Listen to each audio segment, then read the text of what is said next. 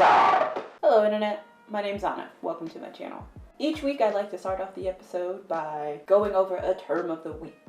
And all that means is just modern slang that for some reason, even though I'm a younger person, I do not know it. This week's term of the week is going to be out of pocket.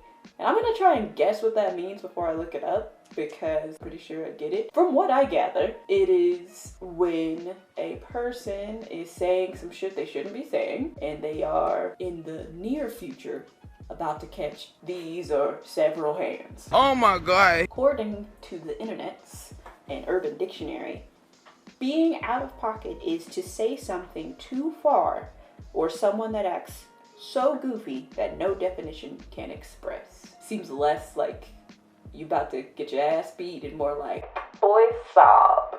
But like when you say out of pocket, like I swear to God, it just sounds like somebody's about to get whooped on. But on to the next. The first thing I want to talk about this week is going to be the Dolly Parton challenge, which I was unaware it had anything to do with Dolly Parton. I had just seen a crap ton of posts. If, like me, you didn't know that the 9 to 5 icon started a challenge, it's the post that people keep sharing where they put different profile pictures for each given social media platform. So LinkedIn, Facebook, Tinder, and Instagram. The days following her posting this on her Instagram, saw a lot of other celebrities getting on and doing the same thing. Here are a few of my favorites that I've seen so far. Oh, I think the Jonas Brothers misspelled grinder. Let me fix that. There we go. Got it. You got it. I'm not trying to make a gay joke. I'm not like, oh, they're gay or anything like that. I just would be hard pressed to find a group of straight women that are like, you know what I really like? A picture of 3 dudes ass up. That's it. Miss Celine Dion coming through, flexing hard on everybody like, hey, you didn't think I had that cake, dog, but I got it. Did you see this cake? Did you see it? She out there letting the world know.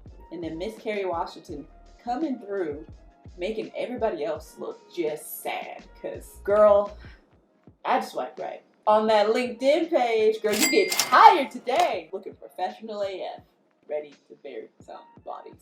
Next topic we're going to talk about is movies. Adam Sandler has just signed a 4-film deal with Netflix. This isn't the first time that the actor has done that. Since 2015, he's pretty consistently had films lined up with the streaming service, starting off with Ridiculous 6.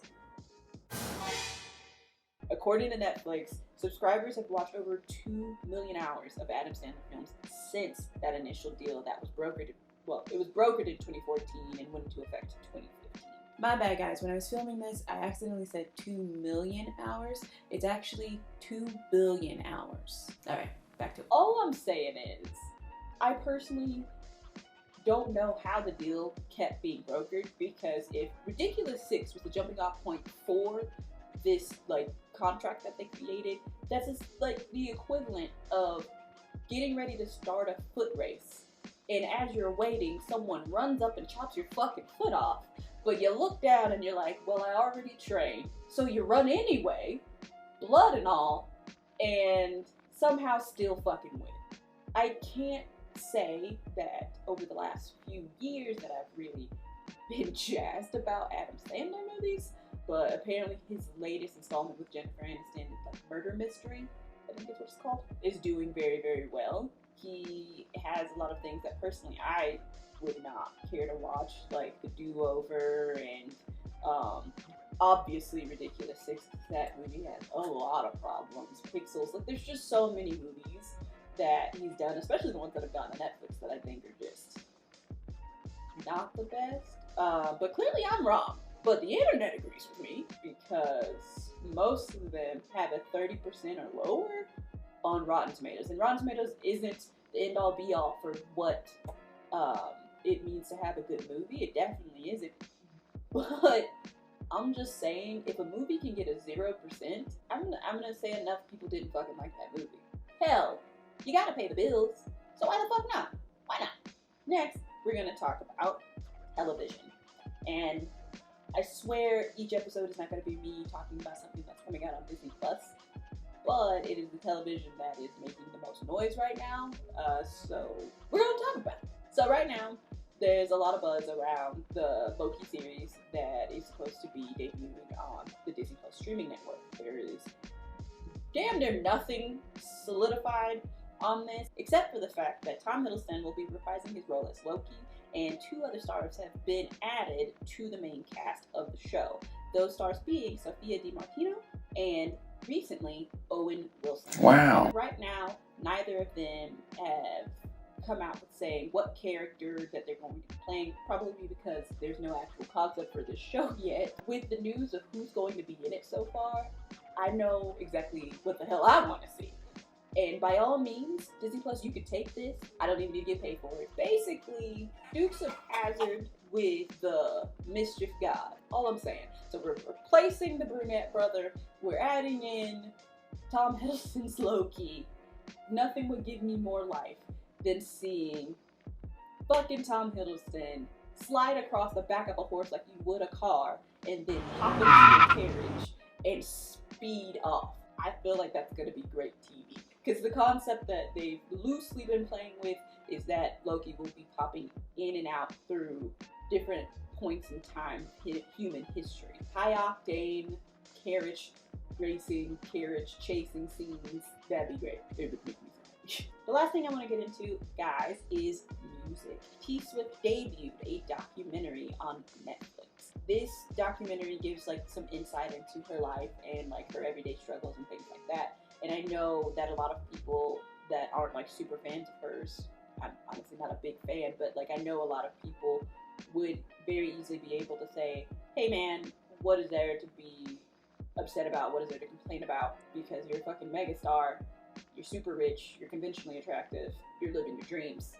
Shut up, the rest of us are suffering more than you are. I think what it does is it really humanizes her and shows you that just because you can be someone in this high profile job and doing what you love to do, it doesn't mean that you don't have your lows as well. A couple of the things that they end up touching on in the series is that she has in the past had a hard time speaking up when it comes to her political views or her personal views on certain laws and things like that. So it shows like why she decided to be quiet and just trying to kind of continue to perpetuate that good girl persona that she's had, as well as like not make waves. When your livelihood depends on people liking you, it's hard to take those strong stances. So I can get that, and the fact that she took the time to talk about it, I think is a great move on her part. She also went into details about like how she felt about the whole Mueller case, or the sexual assault case,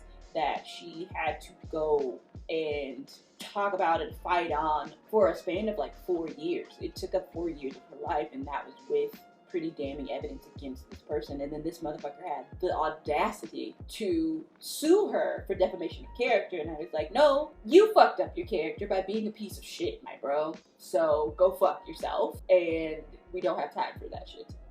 In 2020, we don't have time for motherfuckers like that. So we're moving on from him.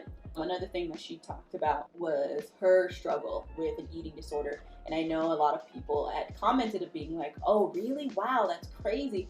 And I think it's more shocking to me that so many people were shocked that she had an eating disorder. Not saying that I'm like looking at this woman, I'm like, she definitely has an eating disorder.